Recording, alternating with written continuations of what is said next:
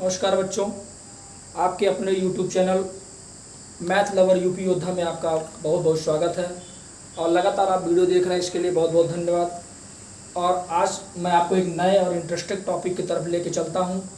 ध्यान दीजिएगा, ध्यान से थोड़ा सा देखिएगा, वीडियो बहुत ही लाभदायक आपके लिए होने वाला है। तो ध्यान दीजिएगा, मैं लिखा हूँ कर्डिंग 2 का संख्या रेखा पर निरूपण करो। आपने कक्षा 8 में या कक्षा 9 में संख्या रेखा पढ़ा होगा। मैं आपको फिर से आज ध्यान दे रहा हूँ, ध्यान दीजिएगा। यहाँ क्या होता है? जीरो। मैं इसी पे एक थोड़ा सा डिफिनीशन और बता देता हूँ। आप पढ़े होंगे इंटीजर्स, पूर्णांक। इधर क्या होती है?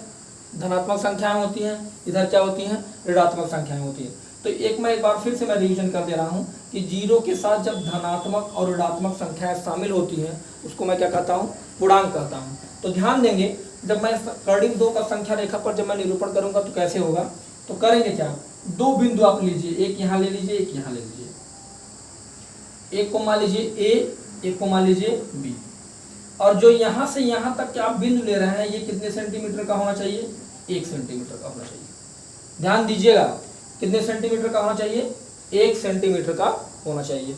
और बी पर एक आप लंब डाल दीजिए। बी पर क्या डाल देंगे आप? एक लंब, जिसका नाम यहाँ रख देंगे, इस बिंदु का नाम रख देंगे आप सी। ये भी मान के चलिए 100% 1 सेंटीमीटर का ये भी होना चाहिए। क्या सेंटीमीटर का होना चाहिए? 1 सेंटीमीटर का। फिर ए को सी से मिला दीजिए। क्या करेंगे आप? ए को सी से मिला दीजिए। इसके बाद आपके पास आपको आना चाहिए 100%, आपको ये चीज आना चाहिए, आपको आना चाहिए पाइथागोरियन प्रमेय। मैं यहाँ लिख दे रहा हूँ, पाइथागोरियन प्रमेय। अब ध्यान देंगे आप, पाइथागोरियन प्रमेय कहता क्या है? पाइथागोरियन प्रमेय जो आप एकदम मैं क्लियरली आपको बता देता हूं।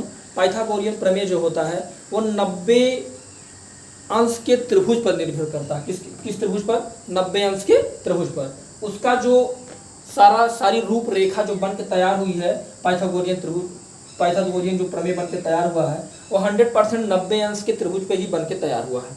तो हम ध्यान देंगे, ये हमारा 90 अंश का त्रिभुज बन के तैयार है। मान लीजिए ये 100% 90 अंश है, 90 अंश का त्रिभुज बन के तैयार है।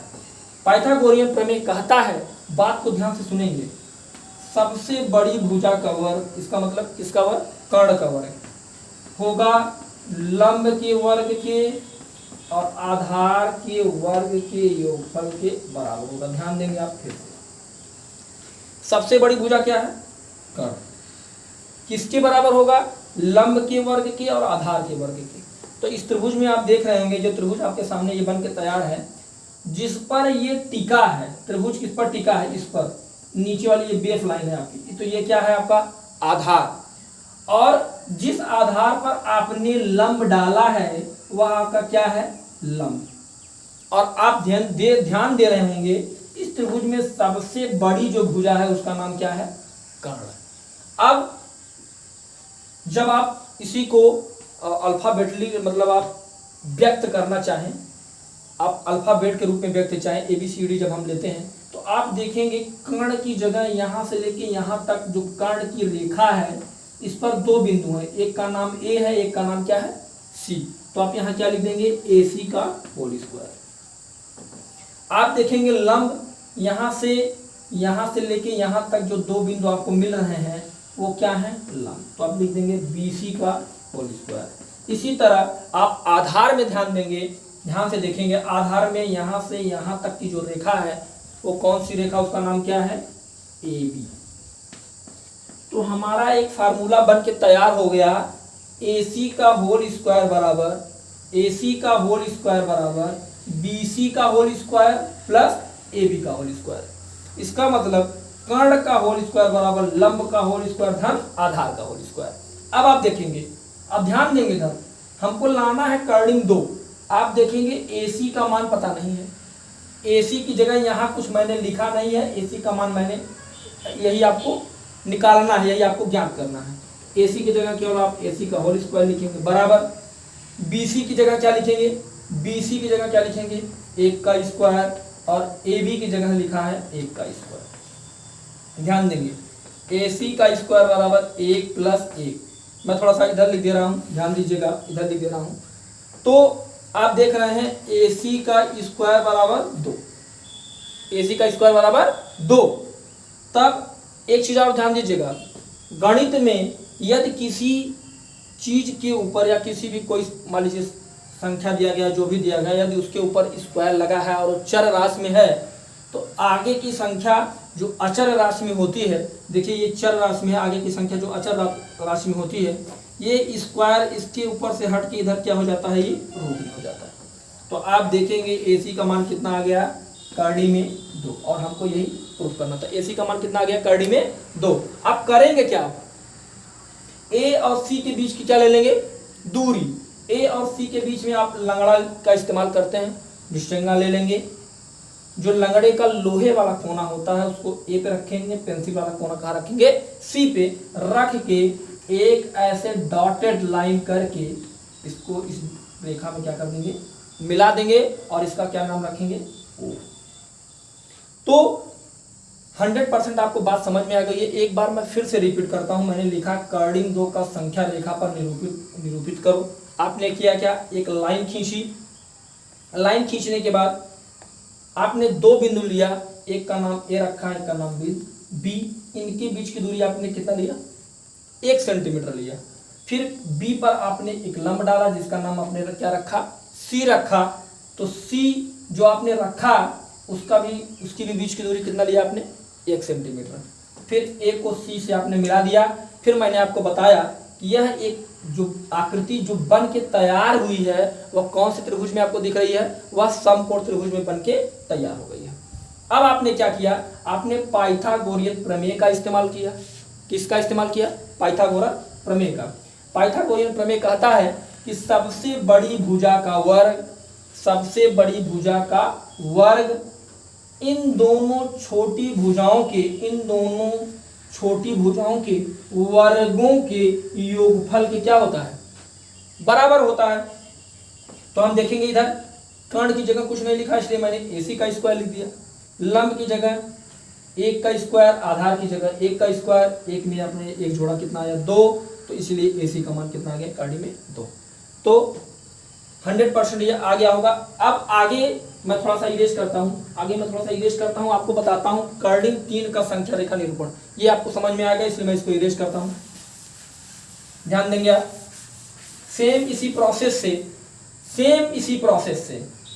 प्रोसेस से लगेगा। मैं यहाँ ये 2 लिखा है, ध्यान देंगे, यहाँ मैं लिख दे रहा हूँ कर्डिंग 3 का संख्या रेखा पर निरूपण। बात को एकदम ध्यान से समझेंगे।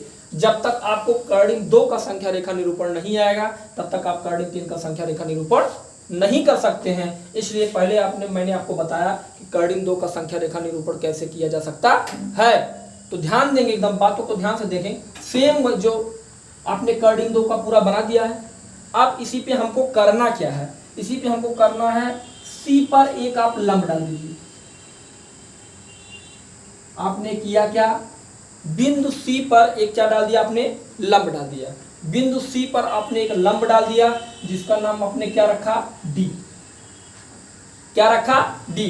और जो आपने लंब डाला है बिंदु C पर वो कितने सेंटीमीटर का है, 1 सेंटीमीटर का। कितने सेंटीमीटर का, 1 सेंटीमीटर का। फिर वही काम हमने किया, A को D से मिला दिया।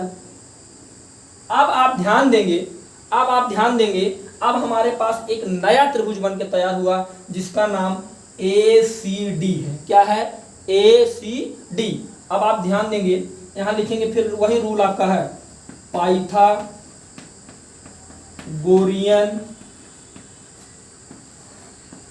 प्रमेय द्वारा। ध्यान देंगे आप, अब हमारे पास जो त्रिभुज है, जो हमारे पास समकोण त्रिभुज है, त्रिभुज क्या है, AC और D, AC और D।